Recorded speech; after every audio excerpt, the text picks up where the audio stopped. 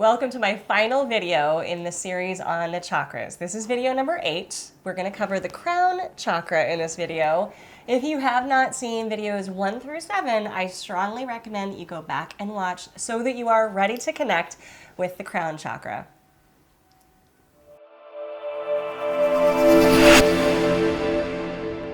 The crown chakra is pretty easy to locate. It's right at the top of the head, and it represents our connection to source, our connection to self, and our connection to others. As human beings, we are hardwired for connection. It is imperative, a literal biological imperative, that we feel connected to others in the world around us. Without that, isolation, apathy, depression, anxiety seep in and compromise not only our mental well-being, but our physical well-being as well.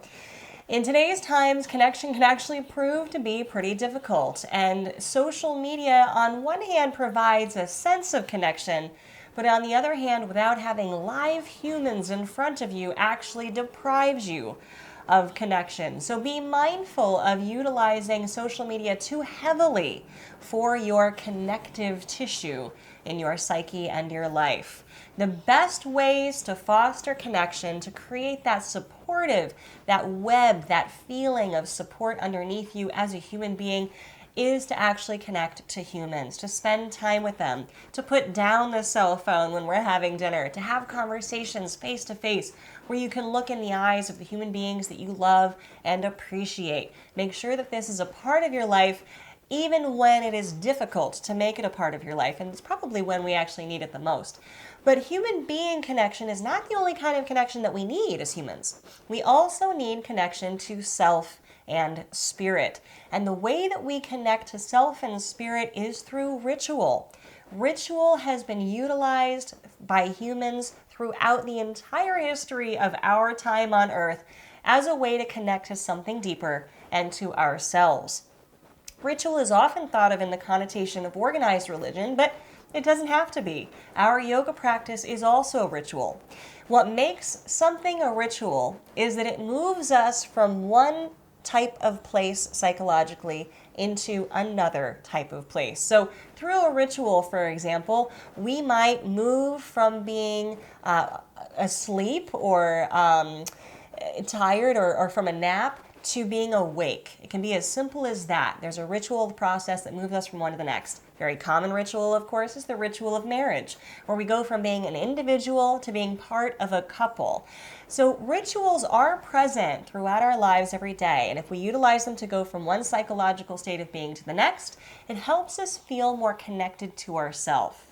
And in fact, the mantra that I like to use for the crown chakra is I am connected. So what I would ask you to do in order to create a ritual that is profoundly meaningful for you and you alone is to craft a ritual that contains elements that are powerful and meaningful for you. Now, there are some universal elements that people love to put into a ritual that are pretty common and can be powerful. But again, you want to personalize it. So things that are common are things like fire or flame. To create a ritual where you light a candle and then at the end of the ritual you blow it out. Or cleansing. The ritual could be a bath where you step into the water in order to cleanse yourself and then you step out. There's a beginning, middle, and end to a ritual where we begin it, we go through the process, and then we close it. And that's what helps to give the memo to our psyche that we are talking back and forth to all of the parts of ourself. One of the things that is lost in our modern day condition, our modern day society, is that dialogue, that bridge between all of the parts of who you are. Ritual provides that for us and helps us to remain connected to ourselves. So if you employ a ritual, again, lighting a candle, blowing it out, taking a bath, stepping out of the bath, during the ritual, try the mantra, I am connected, in order to remind yourself that you are actually a part of something much, much bigger than just yourself. We are here as an interconnected web of life to participate in this thing called life in the fullest way that we possibly can. That is how our yoga practice benefits us. It allows us to say yes to our adventure. It allows us to say yes to our life. And as we have journeyed through the chakras in this series, I hope that you have come to a greater and deeper understanding of yourself as a complex psychological human. Remember, the chakras are our yoga psychology, and they help us to organize ourselves so that we understand and know ourselves to be whole, complete, and perfect.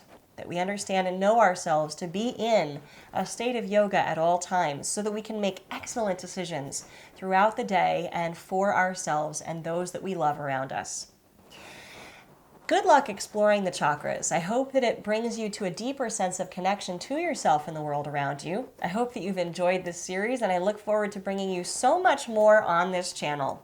If you've enjoyed this series, please subscribe to the channel because there's definitely more to come. And make sure you check out some of the links below as I guide you to further information on the chakras, whether it be a cheat sheet to download, a mini course on the chakras that'll give you a little bit more information, or a full certification course where you can become certified in chakra therapeutics with me. I look forward to working with you more.